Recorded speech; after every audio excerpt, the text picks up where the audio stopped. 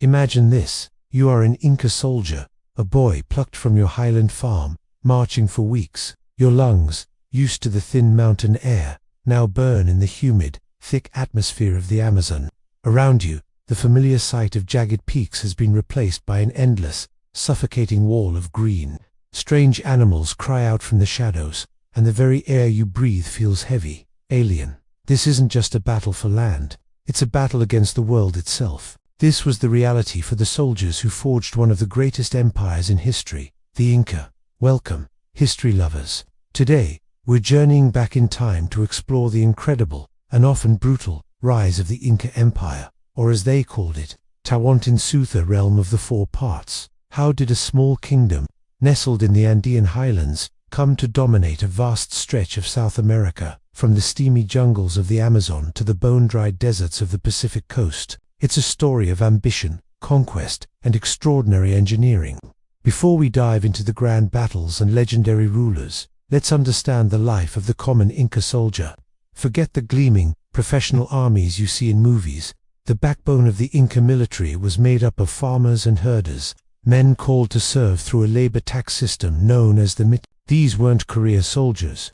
One day they were tending llamas or harvesting potatoes. The next, they were handed a sling, a mace, and a simple wooden shield, and told to march. Their weapons were effective but basic. The sling, or waraka, was a devastatingly accurate projectile weapon in skilled hands, capable of hurling stones with lethal force.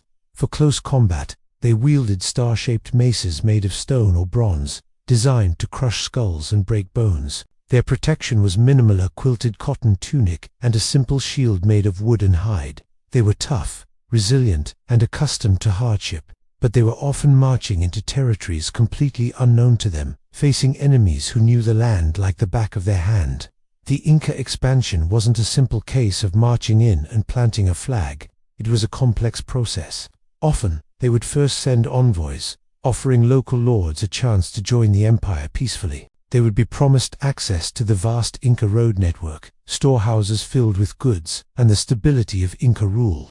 In return, they had to accept the Inca sun god, Inti, as their primary deity and pay tribute. Many smaller groups, seeing the overwhelming power of the Inca, accepted these terms, but many did not. Resistance was fierce. In the dense jungles, Inca armies, accustomed to open-field battles in the highlands, were vulnerable to guerrilla tactics. Local tribes would use the terrain to their advantage, launching surprise attacks and then melting back into the forest. In the arid deserts of the south, the Inca faced warriors who were just as tough and resilient as they were. Every inch of the empire was paid for in blood and sweat. The story of the Inca Empire's dramatic expansion couldn't be told without talking about one man, Cusco Yupanqui, who would later be known by a name that echoes through history. That name means he who shakes the earth, and he absolutely lived up to it. In the mid-15th century, the Inca were just one of several powerful groups in the Andes. Their fiercest rivals were the Chanca people. Legend tells us that when the Chanca army marched on the Inca capital of Cusco, the reigning Inca ruler and his heir fled in fear, believing the city was lost. But one prince, Cusco Yupanqui, refused to run. He stayed behind, rallied the city's defenders, and prepared for a desperate last stand. The battle that followed is the stuff of legend. It's said that Cusco Yupanqui prayed to the creator god Viracocha for aid, and the very stones of the battlefield rose up, transforming into warriors to fight alongside the Inca. Whether you believe in miracles or not, the historical result is the same. The Inca, against all odds, crushed the Chanca invasion. Cusco Yupanqui, the forgotten prince, became the hero of his people. He took the throne and the title Pachacati. Pachacati was more than just a brilliant general. He was a visionary. He didn't just conquer, he organized. After securing his home base, he launched a series of stunningly successful military campaigns, one after another. He pushed the empire's borders north, south, and east.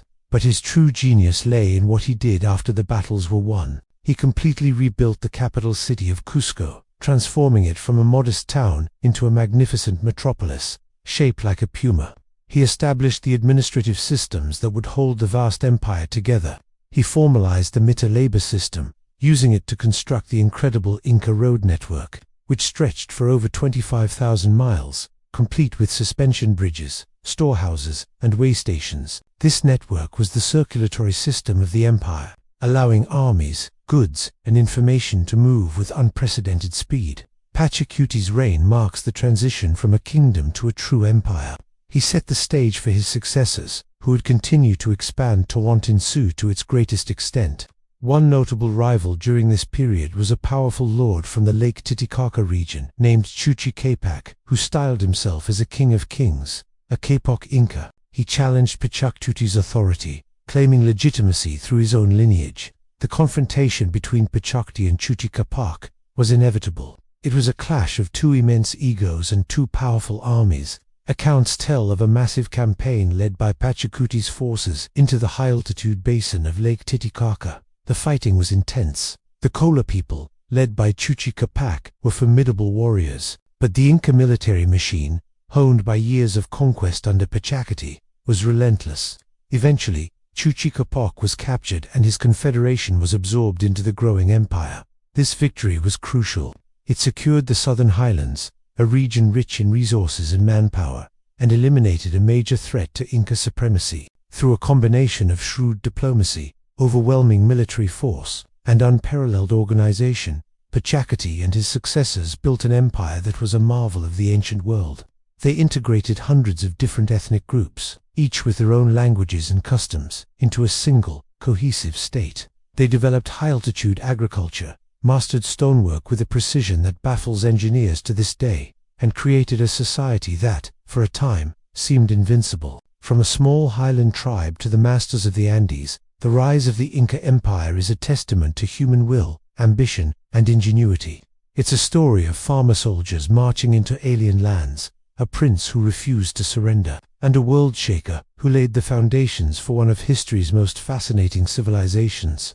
Their realm, Tawantinsuyu, may have fallen, but their story is forever etched into the stones of the Andes. Thank you so much for joining me on this journey back in time.